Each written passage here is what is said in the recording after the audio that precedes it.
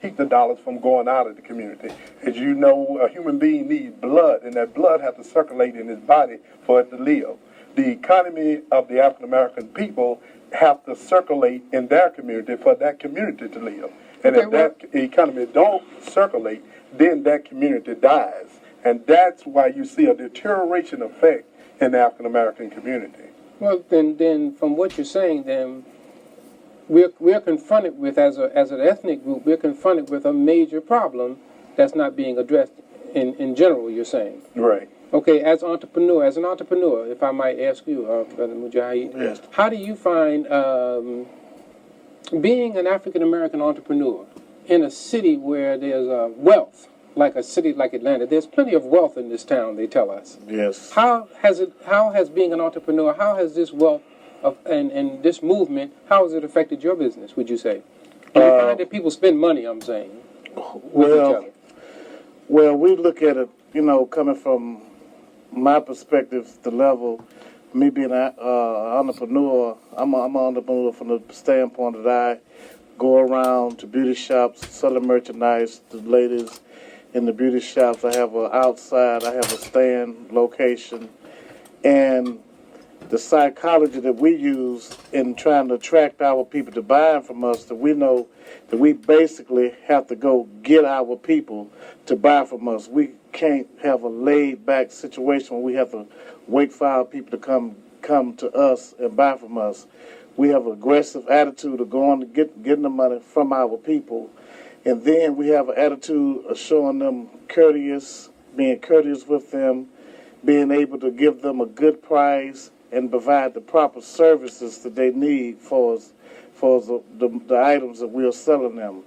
Now, coming from the African American standpoint, our concern, our corporation, is that we are constantly in the educational process while we out selling. We are always educating our people, trying to get them to see the importance of them spending their money with us and the benefits that they get from spending their money with us, because we be able to provide for them better services. We employ our youth.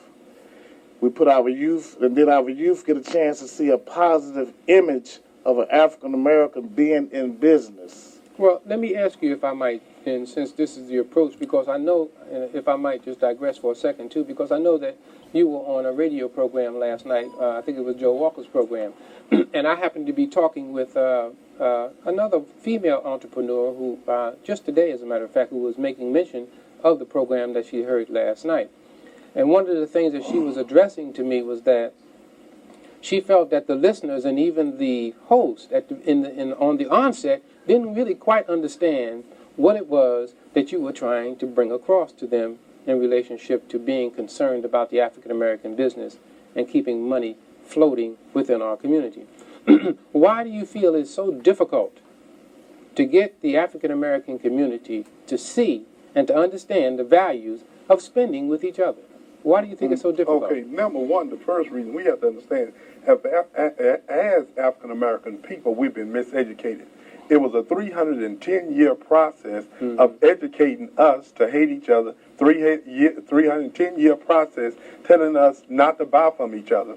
And at the first, when African Americans first started in business, their businesses was burned down. They was told not to support. They did everything to put fear in African Americans not to support each other. And that's the only reason that is going on. And we need to understand the idea that we are not supporting each other is un-American. That attitude that we have that we don't want to support each other is un-American, because everybody in America has a responsibility to keep their community alive. If we allow our community to die and other people take that responsibility to keep our community alive, then we are neglecting our responsibility that we're supposed to be doing in this country. That is not anybody else's responsibility. The Jews have a good example in keeping their community alive. The Jews believe in spreading their money among each other. The Jews argue, they fight, they do everything. They don't have the same idea. Our people, and the majority of the time, they see business, they see this thing as a consumer.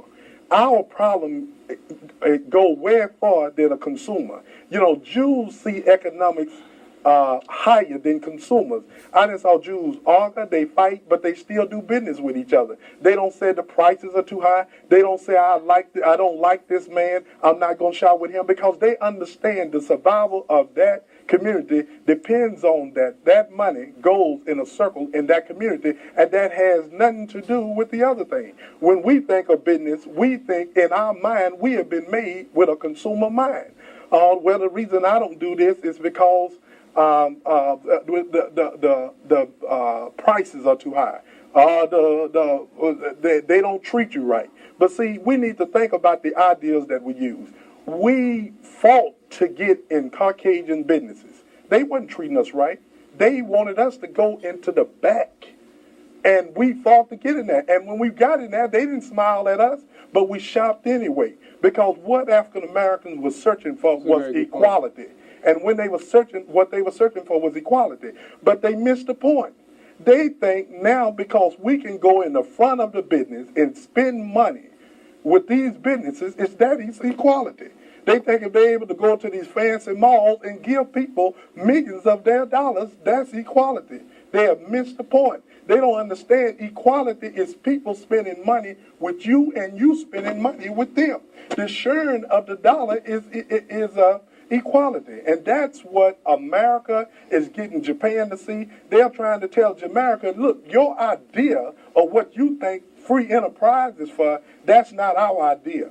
If you think you can come in our country and take all our well out, not going to give us any jobs, and at the same time you're not going to put any money back in our economy, we don't want you over here. So they put them on the bad list. In the same way with Korea and other countries that would refuse to bring money back into the U.S. government. And we have to understand that the way the government works is the same way a community works. We have to be responsible to make sure that our dollars stay in our community just like every other community be. That is our responsibility. And we need to also understand that we need to educate our dollars. They got a thing with SCLC, which we support real good, is teach your dollars some sense. We need to understand when we spend our money, we're saying, well, we're giving these people jobs. We're giving these people a good education. We're giving these people better houses. Why won't we take those dollars, the $300 billion, and turn around and give ourselves jobs, give ourselves better education? The whole world is looking at African Americans as though we are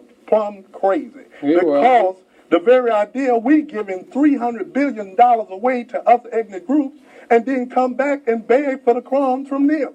Are y'all going to send us to school? Are y'all going to get to college? The world in America is tired of that type of attitude that we have. And we have to realize that it's our responsibility to take the attitude, to keep those dollars in our community and spend money with each other. That's not anybody else's job. That's our responsibility that we should show in this country. Well, you know, your points are very, very well taken, too. And I think that it really should enlighten the broader community among us as to what our responsibilities are.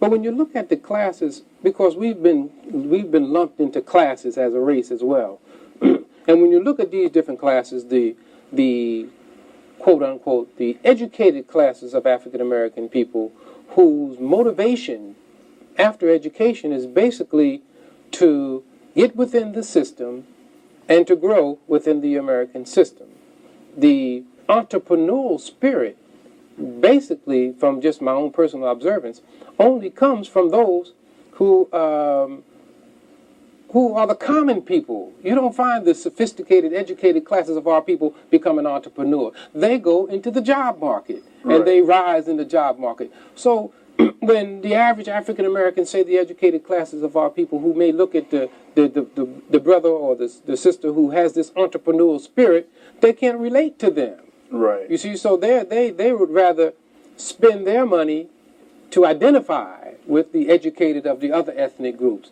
This, to me, creates another problem that we need to take a look at in order to be able to relate to the different classes of our people, because we've put ourselves in classes. Right. You know, so that we can relate. Yeah, I understand. That's the false idea of integration. Of course it is. In other words, where we are integrated, but we give them all our money.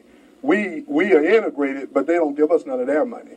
we are integrated, but they'll get all the benefits and we don't get none of the benefits. So integration should be the integration of the wealth, the integration. When you cut a pie, you just don't want the spiritual pie, you want the whole pie. You don't want nobody giving you just a part of it, you want the whole pie. And that's what, as African Americans, what we should realize is this, is that we are human beings and that we should demand the full potential,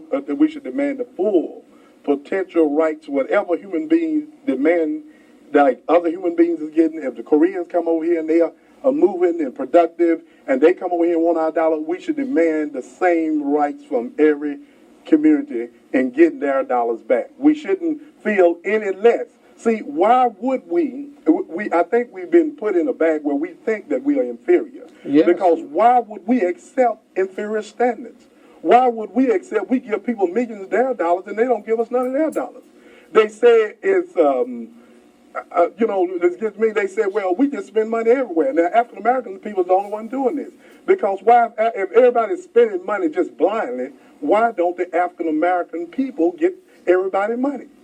Yeah. Why do they get less than 1% of the Jews' money, less than 1% of the Korean money, less than 1% of other ethnic groups' money, if everybody just spending colorblind, just spending where they don't know in the direction that they're spending in? And what we need to see, and what I'm saying is, what we need to see is that when we spend money, like the Jews take their money, they spend it with each other and make a strong community. You got Chinatown. They come over here, they build their own Chinatown, they get productive. This is the idea in America, that communities are made strong. The idea that we neglect the responsibility of taking care of our community and spending dollars with each other, people look at us as neglecting our responsibility. Well, when we look, if I might, you might want to get involved, because I know that go ahead, if you want to make a comment. I wanted to make a comment on that, on the last note you made for educated African Americans. In reading Carter G. Woodson book, that was one of the things that he was saying, that the so-called educated African American has been manipulated into thinking that his education rises him above his common brother.